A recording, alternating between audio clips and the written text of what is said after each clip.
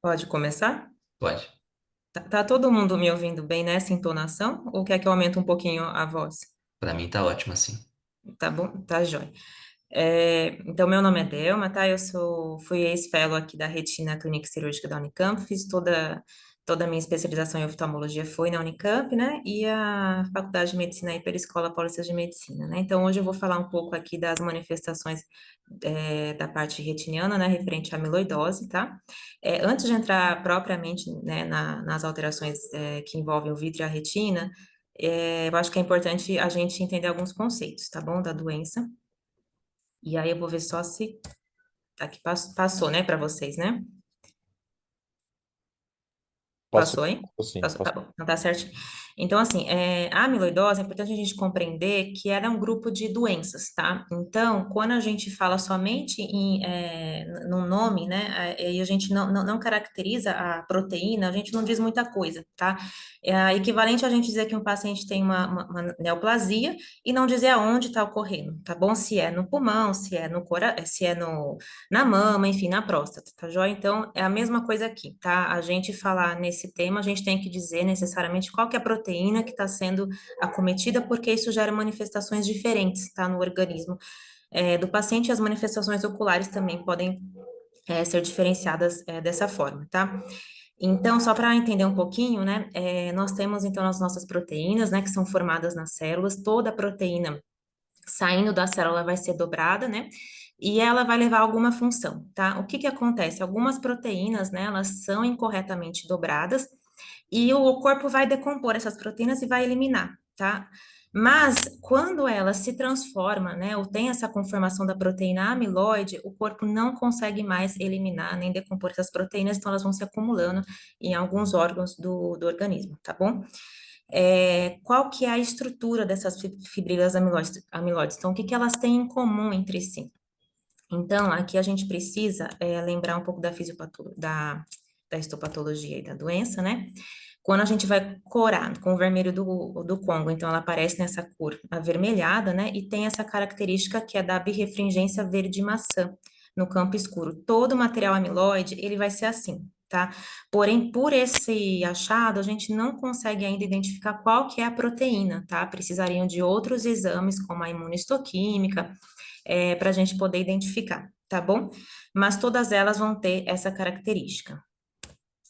A classificação da amiloidose, ela envolve dois tipos, tá joia? Então, a gente pode classificar ela quanto ao sítio de produção e depósito. Aí, vocês desculpem, desconfigura um pouco, então, às vezes, vão ter umas palavrinhas repetidas aqui no slide, tá bom?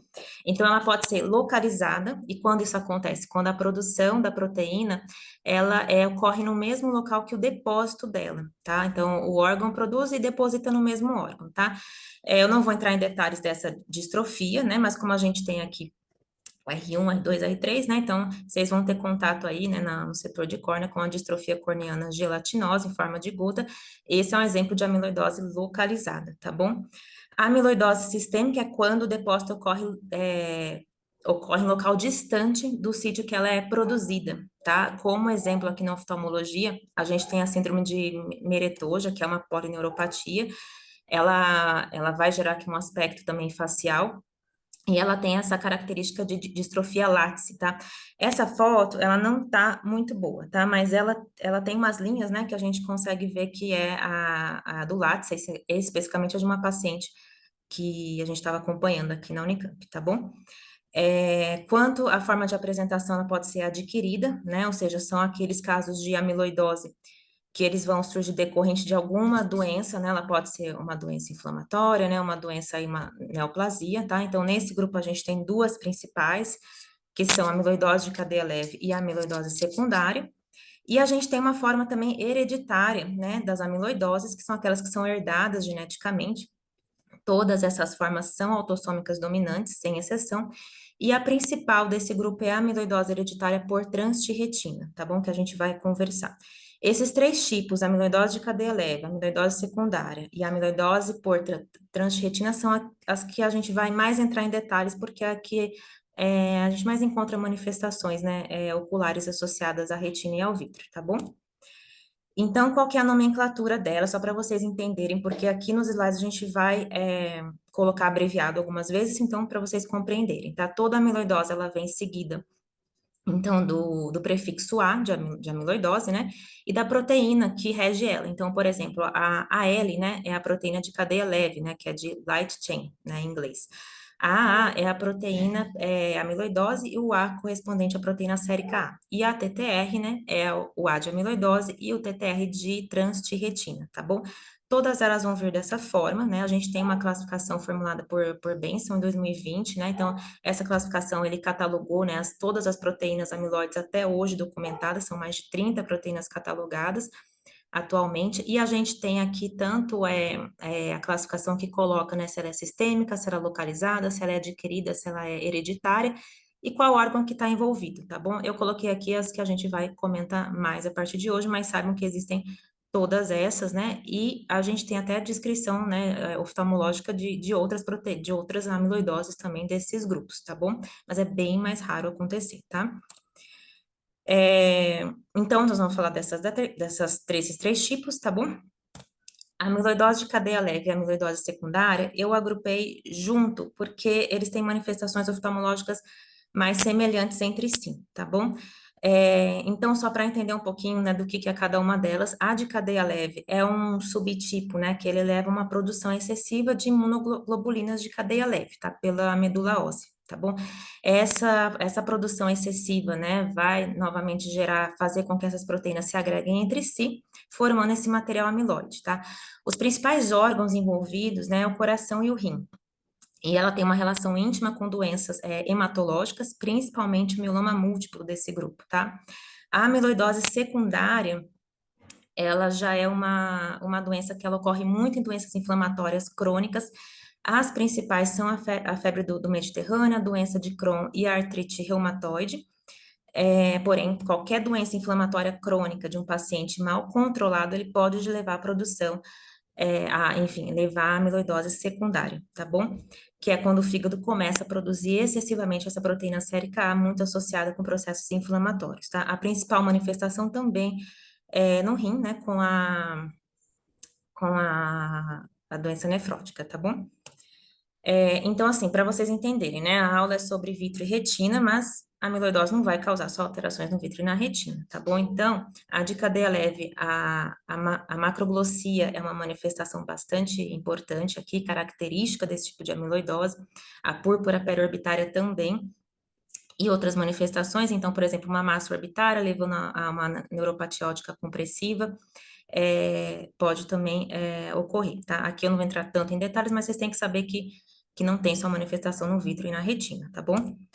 A amiloidose secundária, eu coloquei esse caso, né, só para ilustrar algo interessante para vocês. Esse é um paciente com doença de BC, tá? Então, é uma doença inflamatória, sistêmica, crônica. Esse paciente, ele desenvolveu uma amiloidose secundária, tá?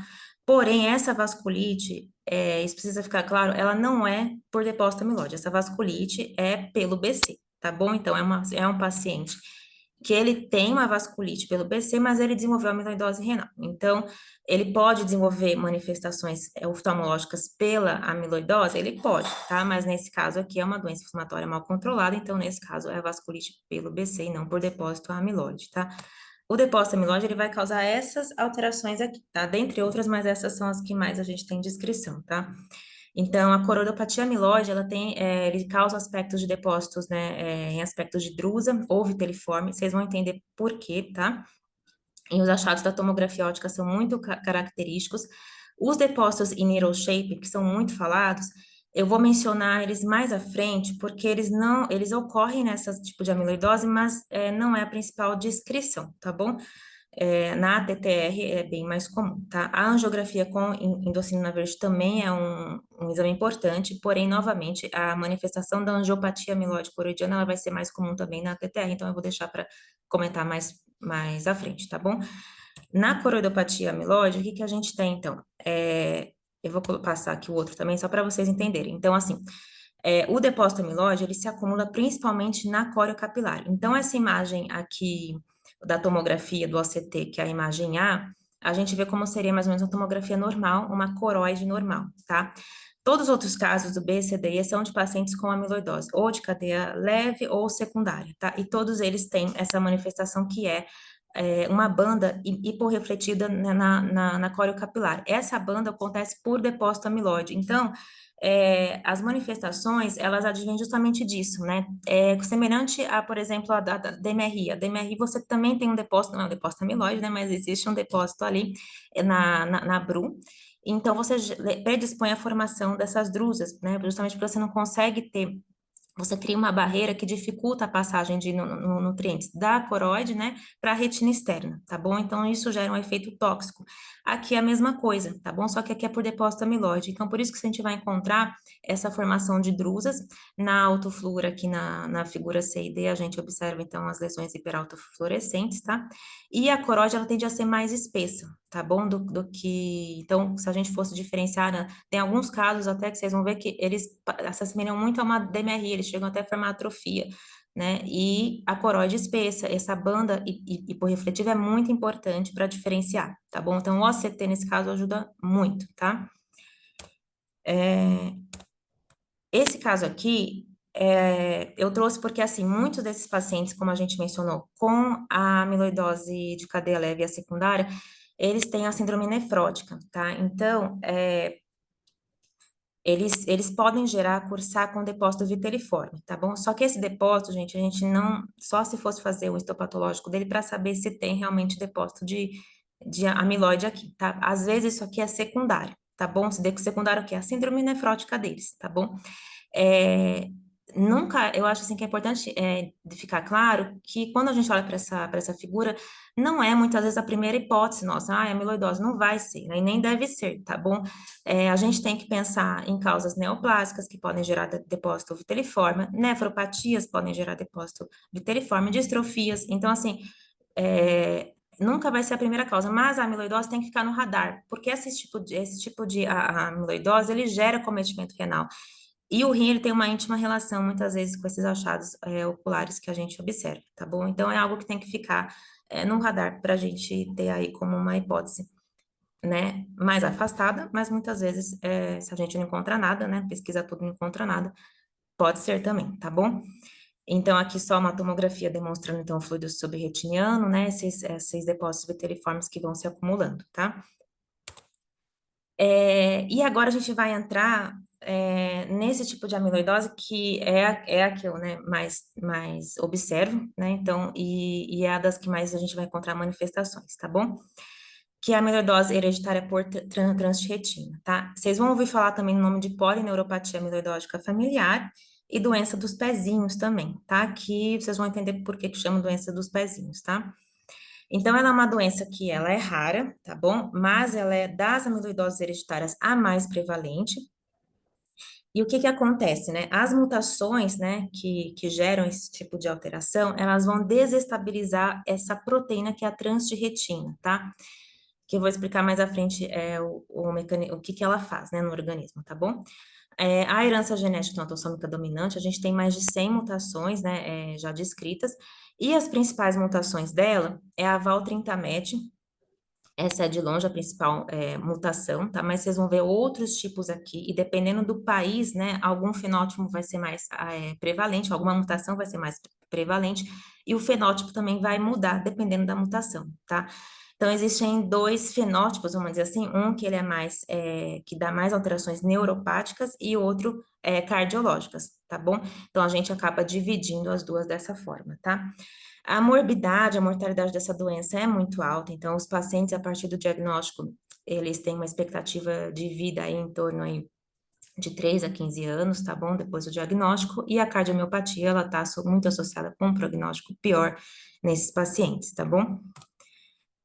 Então, quais são as manifestações sistêmicas dela? Então, ele tem uma neuropatia periférica progressiva. Esses pacientes, normalmente, eles começam com redução da sensibilidade à dor e à temperatura, nos membros inferiores. Então, um dos principais sintomas que a gente vê eles relatando é a parestesia nos membros inferiores, nos pés, por isso que é a doença dos pezinhos, tá bom? A cardiomiopatia restritiva, né, pelo depósito desse amiloide no miocárdio, tá bom? E esses pacientes acabam tendo um comprometimento muito importante da deambulação, e uma disfunção autonômica também bem importante. Então, eles podem ter sintomas gastrointestinais, eles podem ter diarreias, constipações, vômitos, disfunção erétil, hipotensão ortostática também, tá bom?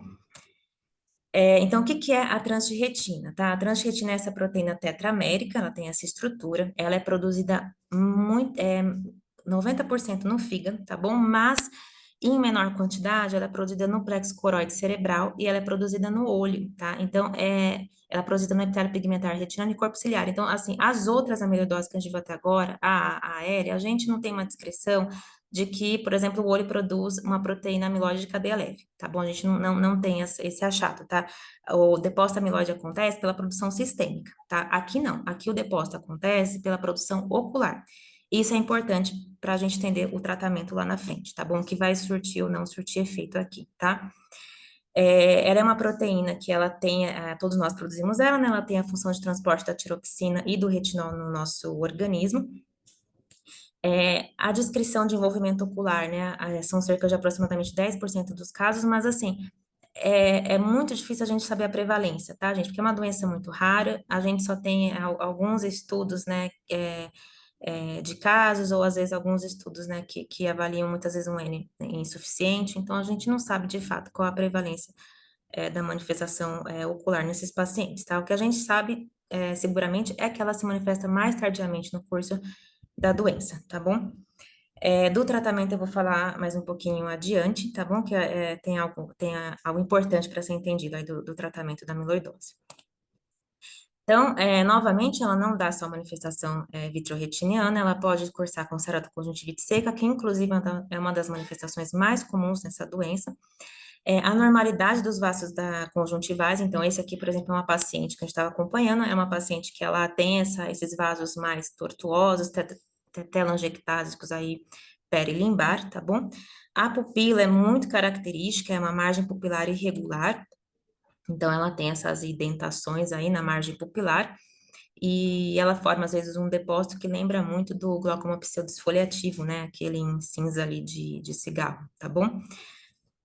A córnea, então, pode gerar úlcera corneana também, o glaucoma pelo depósito no trabeco, e o cristalino, as opacidades, que é a pseudopode lentes, né, que essas opacidades, muitas vezes, ela advém do vítreo, que já tem material amiloide, né, e muitas vezes ele vai se depositar também atrás do cristalino, tá bom? E aí, chegando aqui nas manifestações vitreoretinianas propriamente ditas, a gente tem esse aspecto do vítreo inglês wool, tá? Que é a lã de vidro, tá bom? Esse aspecto, né, é importante a gente diferenciar, por exemplo, de uma uveíte, tá bom? Que também gera essas opacidades, né? Também gera aspecto do vidro mais turvo, tá? Aqui eu quis mostrar um caso, né, para vocês, é um paciente que a gente está acompanhando na Unicamp também, é um paciente que ele chegou, a primeira foto dele, aliás, de 2024, tá bom? Ele tinha uma visão ainda de 20/20, porém já se queixava aí, né, de uma sensação aí de moscas volantes, né, nesse caso, mas sem uma queixa tão importante, tá? Só que ele chegou, esse ano com uma piora muito importante da visão, com um depósito já amiloide de vítreo bastante intenso nesse olho, o outro olho, vocês vão ver mais à frente, né, quando eu falar da angiopatia amiloide coroidiana, ele tem alguns depósitos, mas é bem menos pronunciado, tá bom? Os depósitos em needle shaper, né, que é bastante comentado, né, alguns de vocês já ouviram falar, ele não é descrito exclusivamente nesse tipo de amiloidose, tá bom? Mas é onde a gente mais tem descrição, mas também na AL e na AA também, tá? Eu deixei bem assim, em letras, né, grandes, para vocês entenderem que não é só pós-vitrectomia, tá? Isso aqui é não vitrectomizado também acontece, tá bom? E às vezes vocês vão ver o depósito, né, sem ser esse aspecto agulhado, às vezes ele vai estar naquele aspecto só de depósito na superfície retiniana, e sem ser esse aspecto de agulha que ele forma ainda, tá? Esse cisto que vocês veem na imagem da tomografia abaixo, no B, né? Ele é decorrente de uma oclusão que esse paciente teve previamente, tá? Então, não tem a ver com amiloidose diretamente, tá bom? E aí, a angiopatia amiloide coroidiana, tá? Que ela é uma alteração bastante prevalente, aí sim, é bastante prevalente, tá? Tem alguns estudos aí, como o de Rousseau, que foi feito em 2018, né?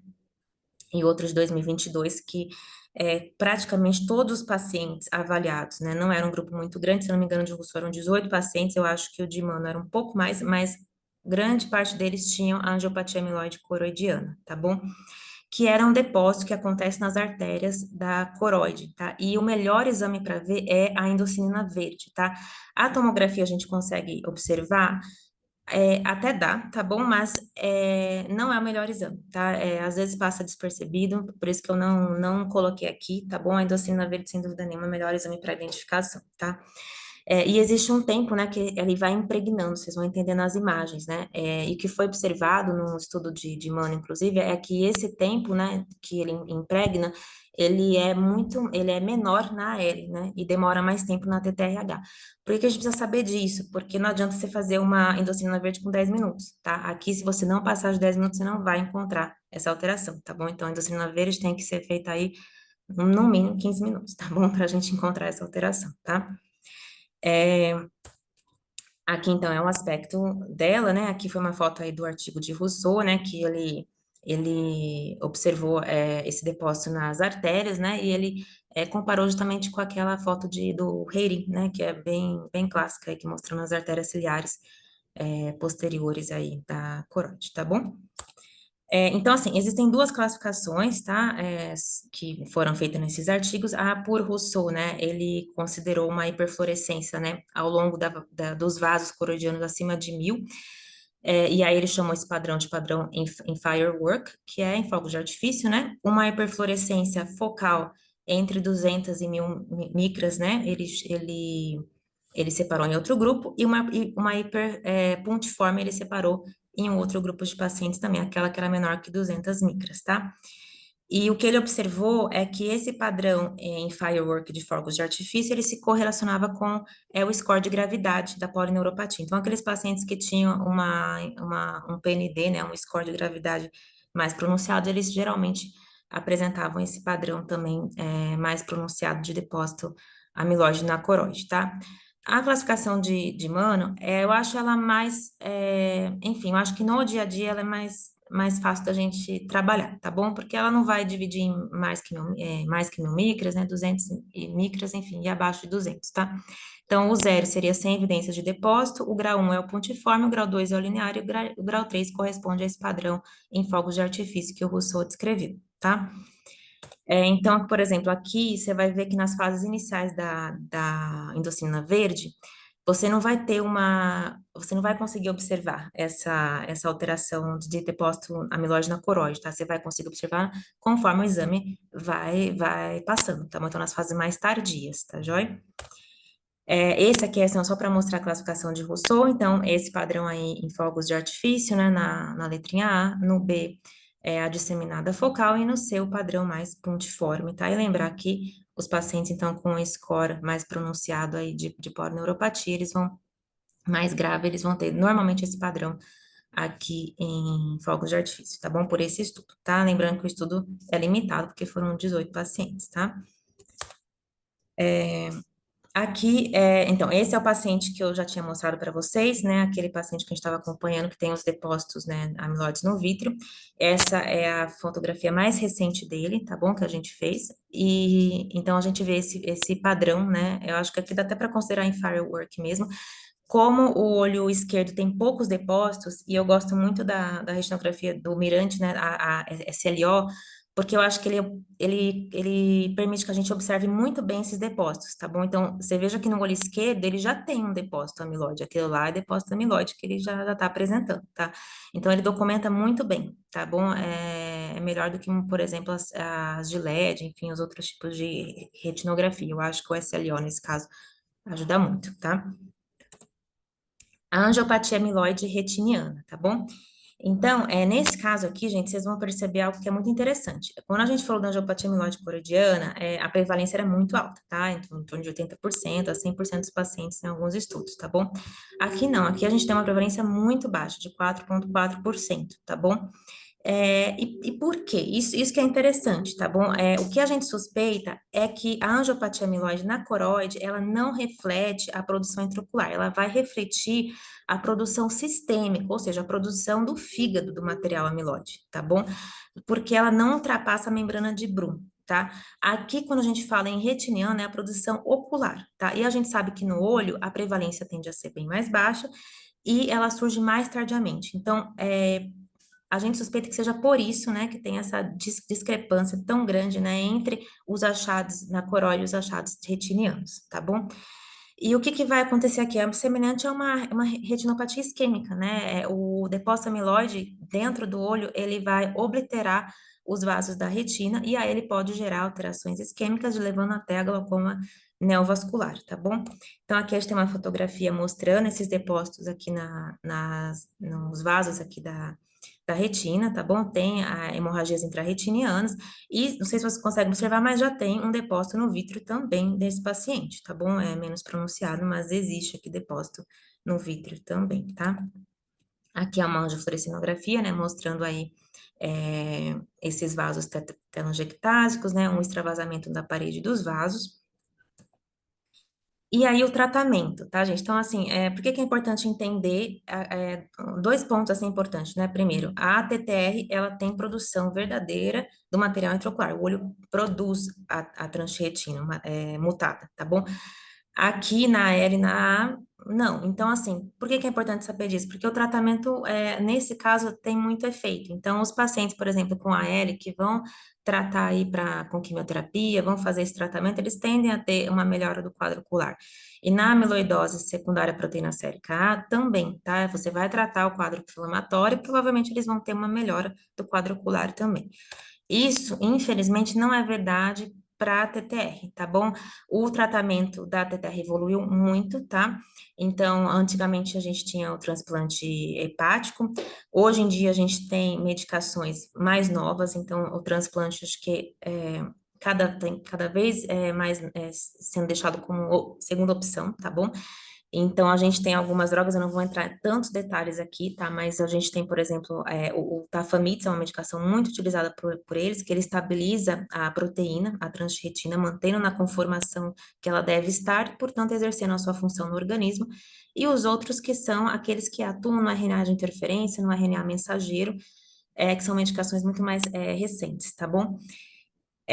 Então, a grande limitação do tratamento é que nenhuma dessas medicações acaba interrompendo o depósito amiloide no olho, tá? Então, os pacientes, eles têm tido um aumento da sobrevida, né? Então, a perspectiva que a gente encontra amiloidose ocular é maior, porém, a gente não consegue tratar na causa, porque a gente não consegue interromper a produção ocular do material amiloide, tá bom? Então, o tratamento, né, envolve tratar as complicações da doença, injeção intravítrea, a gente tem alguns trabalhos descrevendo, principalmente quando eles surgem com edema macular, aí tem algum trabalho também que usa corticoide, então a gente tem trabalhos, enfim, que podem fazer tanto o antiangiogênico quanto o corticoide intraocular, a panfotocoagulação a laser, né, para tratamento, né, da isquemia, e a cirurgia vitreoretiniana. Aqui a gente tem uma controvérsia, tá? Tem dois estudos, né, que eu li a respeito, né, um que fala sobre fazer ou não o shave da base vítrea, né, um que faz bem o shave da base vítrea, outro que defende deixar um pouco da base vítrea. Isso por quê, tá? O que fala, por exemplo, que a gente deve fazer um bom shaving, né, é porque ele quer prevenir a ocorrência de um novo depósito que vai prejudicar a visão do paciente. Porque quando a gente deixa um pouco da base vítrea, como o olho ainda produz a proteína amiloide, ela vai se acumulando nessa base vítrea residual. E, eventualmente, isso aí se desprende e vai, enfim, atrapalhar novamente a visão do paciente, tá bom? Porque vai entrar bem no campo de visão dele, tá? Por outro lado, tem outro estudo que defende que a gente deve manter um pouquinho da base vítrea ali, tá? Por quê? Porque existe um risco muito aumentado de glaucoma no pós-operatório, tá? Então, ele, né, supõe que a gente remover toda a base, ser muito agressivo, né? Você vai aumentar muito o depósito de proteína amiloide no trabeculado, tá bom? Mas a gente não tem uma conclusão exata sobre, né, enfim, o que seria mais prudente aqui, tá? Tem um paciente que eu não vi, mas ele foi um caso que chegou para mim, que alguém me perguntou uma opinião a respeito do tema, e foi um caso justamente assim: o paciente fez a cirurgia, logo depois teve o glaucoma, logo na sequência. É um glaucoma muito agressivo, o glaucoma por amiloidose é muito difícil de controlar. Aí eu coloquei um pouquinho dessa terapia emergente, tá? Que ela tá em teste ainda, tá? Que é a CRISPR-Cas9. E por que eu coloquei ela aqui? Porque a gente tem uma perspectiva muito grande que talvez ela tenha, assim, algum efeito na interrupção da produção do material amiloide ocular, tá bom? Na TTR. Ela é uma nanotecnologia, ela vai clivar aí o DNA que está mutado, então ela vai remover aquele do organismo e ela tem uma ação em todas as células do organismo. Então a gente tem uma perspectiva de que talvez isso mude aí um pouquinho o paradigma aí da amiloidose ocular pura, né, da TTRH, tá bom? Mas, enfim, por enquanto ainda são hipóteses, a gente vai precisar ainda de um tempo a mais para chegar a essa conclusão, tá bom? Mas é algo promissor, né, que eu espero que se concretize. E aí lembrar, gente, um pouquinho dos diagnósticos diferenciais, tá bom? Então, assim, algumas doenças que mimetizam a amiloidose, como a gente viu na AL e na ADMRI, é uma das doenças também que podem dar, distrofias viteriformes também podem, tá? Retinopatias isquêmicas, tá bom? Porque elas também podem acabar gerando esses achados, como a gente viu na TTRH, e dos exames que eu acho que ajudam muito a gente a diferenciar. Então, o OCT e a angiografia com a endocina verde, eu acho que são os principais exames aqui que ajudam a gente a poder descartar outras patologias, tá bom?